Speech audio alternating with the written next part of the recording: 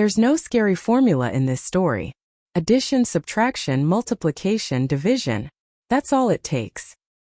I open the door to an ordinary classroom. Inside are 23 students. And I make this bet. A year has 365 days, yet here are only 23 people. To get a match, you'd think you'd need 100, even 200. The slots look almost empty. But here's the thing, I actually win this bet. With 23 people, the chance of a shared birthday is about 50.7%. Bet 100 times and I take more than 50 of them. A bet better than a coin flip. Gather a few more and it gets even more absurd. With 50 people it's about 97%, with 70 people about 99.9%. And 70 people doesn't even fill 1/5 of the 365 days. This is less a coincidence than a near mathematical certainty. This is the famous birthday problem, which betrays intuition so badly it's called the birthday paradox. Today we'll dig all the way down to where this 50.7% comes from, using just 2 ideas. Taking a guess before you see the answer, that's the most thrilling way to enjoy this paradox. For the chance of 2 people sharing a birthday to exceed half, how many people need to be in the room? Most people reason like this: you'd probably need around 182, half of 365. Even the more cautious call out 100. But the real answer is 23 people. Not 180, not 100, just 23, which fits in a single classroom with room to spare. Your guess and the actual answer are off by nearly a factor of 8. Almost everyone hearing this for the first time gets caught right here. It has nothing to do with being smart or not. The reason intuition stumbles is simple. In our heads, we were answering a different question. The question we casually ask is usually this one. We pin ourselves down as the anchor and look for someone who matches us. For that question, intuition is right. If you single out just yourself and want to meet someone with your exact birthday, you'd need 253 other people for the chance to pass half. That place 180 was pointing to was exactly this question. The first question only counts pairs that include me. The original problem counts every pair, even the ones I'm not in. If Chulsu beside me matches Young, he in the back, that counts. If Minsu by the window matches Ji-young in the hall, that counts. And I don't even appear. And this is exactly the blind spot. The moment you count those pairs directly, the true identity of 50.7% reveals itself. Imagine everyone in the room shakes hands with each other once. One handshake is one pair. Every time 2 people meet, there's one chance to ask about birthdays. What you should count isn't the number of people. It's the number of handshakes. The number of pairs takes just one multiplication. Each person shakes hands with the other 22, so 23 times 22 is 506. But this double counts the handshake between Chulsu and Young-hee, and Young-hee and Chulsu, so we have to divide by 2. So there are 253 pairs. There weren't 23 chances to match hiding here, but a full 253. In general, if there are n people, the number of pairs is n times n-1 divided by 2.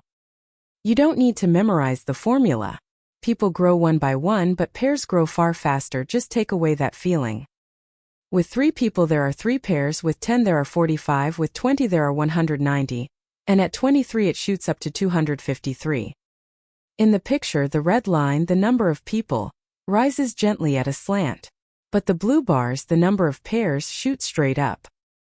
Double the people and the pairs roughly quadruple. We often say it grows like a square. Intuition couldn't see this hidden 253, and was only looking at the 23 in front of it. How does this set of 253 chances turn into a probability? Computing the chance of a match head-on is a headache, because the cases keep branching endlessly. So clever people go the exact opposite way. They find the chance that nobody matches first. Just one caution. 253 divided by 365, about 0.69, isn't a probability. It's the average number of matches. With 50 people it exceeds 3 pairs, but a probability can't exceed 100%. Every possible outcome in the world is one of 2. Either there's a matching pair or there's none. Add them up and it's always 100%. So if we just find the chance nobody matches, the answer is simply 100% minus that. This is the magic key. Let's bring people in one at a time and track the chance of no match. The first person finds the room empty, so they're always safe 100%. The second person only has to avoid the first person's one birthday. 364 out of 365, about 99.7%. The third person has to avoid 2 days, so 363 out of 365. With each arrival, the days to avoid grow by 1. For everyone to be safe, we multiply all these probabilities together, because not a single person can collide. Written out as a formula, it looks like this. From 365 out of 365 all the way to 343 out of 365, multiplied in order. Since every one is slightly less than 1, the product whittles down bit by bit, and once all 23 are in, it's about 0.493, about 49.3%. It has slipped just below half. So the answer is 100% minus 49.3%, about 50.7%. There it is, the number has finally appeared. Translating this reverse count into code looks like this. Multiply the no-match probabilities in order, then subtract from 1, that's all. Plug in the count. 10 people give about 11.7%, 20 give about 41.1%, and at 23 it passes half at 50.7%. As a curve it looks like this. The red dot is the fateful 23 people, the spot where it just crosses the 50% dashed line. The green dot at 50 people is 97%. The purple at 70 people is 99.9%. Near the 180 that intuition guessed, the curve is already pinned to the ceiling. It was terrifyingly steep right from the start. By the way, the 100% at 100 people in the table is really just rounding. The chance of no match isn't completely zero. So from how many people is a match guaranteed? The answer is 366 people. There are only 365 possible dates, so with 366 people, some single day must hold 2 or more. If you count leap year February 29th, you'd need 367, but we've agreed on 365 days throughout. Let me also flag one assumption. This calculation assumed all 365 days are equally likely, but the more dates cluster in certain seasons, the higher the chance of a match actually gets. 50.7% is the conservative estimate. Maybe the formula still doesn't convince you. In that case, there's the most honest method of all. Just actually do it. We can't gather 23 people 50,000 times, so we let the computer do it. Hand out random birthdays and check for a matching pair 50,000 times over. This method, repeating something randomly countless times and measuring the ratio, is called Monte Carlo. Just as a coin lands right on 50% after tens of thousands of flips, parties too get sucked toward the true value once you run enough of them. The code is this.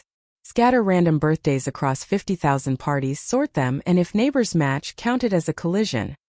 Let's see the result. Out of 50,000 runs, 25,365 had a match, about 50.73%. The theoretical value computed by hand is also exactly 50.73%. They landed in precisely the same spot. In the left figure, when there are few parties the ratio wobbles, but as the number of runs grows it gets sucked into the red dashed line, the theoretical value of 50.7%. The right side is even more satisfying. Change the head count and the two bars, simulation and theory, are indistinguishable in height.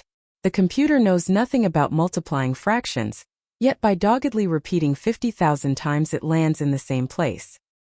The birthday paradox doesn't end as a party trick. This principle, that matches are easier than you'd think, plays a decisive role at the heart of computer security. Computers don't store passwords as is. They handle them as a fingerprint called a hash. The accident of two different inputs sharing the same fingerprint is called a collision. Here the birthday paradox kicks in fearsomely. A hacker doesn't have to try every fingerprint, they just need any two of them to collide by chance like a birthday pair. So the effort to find a single collision drops sharply to about the square root of what you'd expect. This technique even has a name, the birthday attack. There's a lighter variation too. What if they don't even need an exact match, just close within a day or two?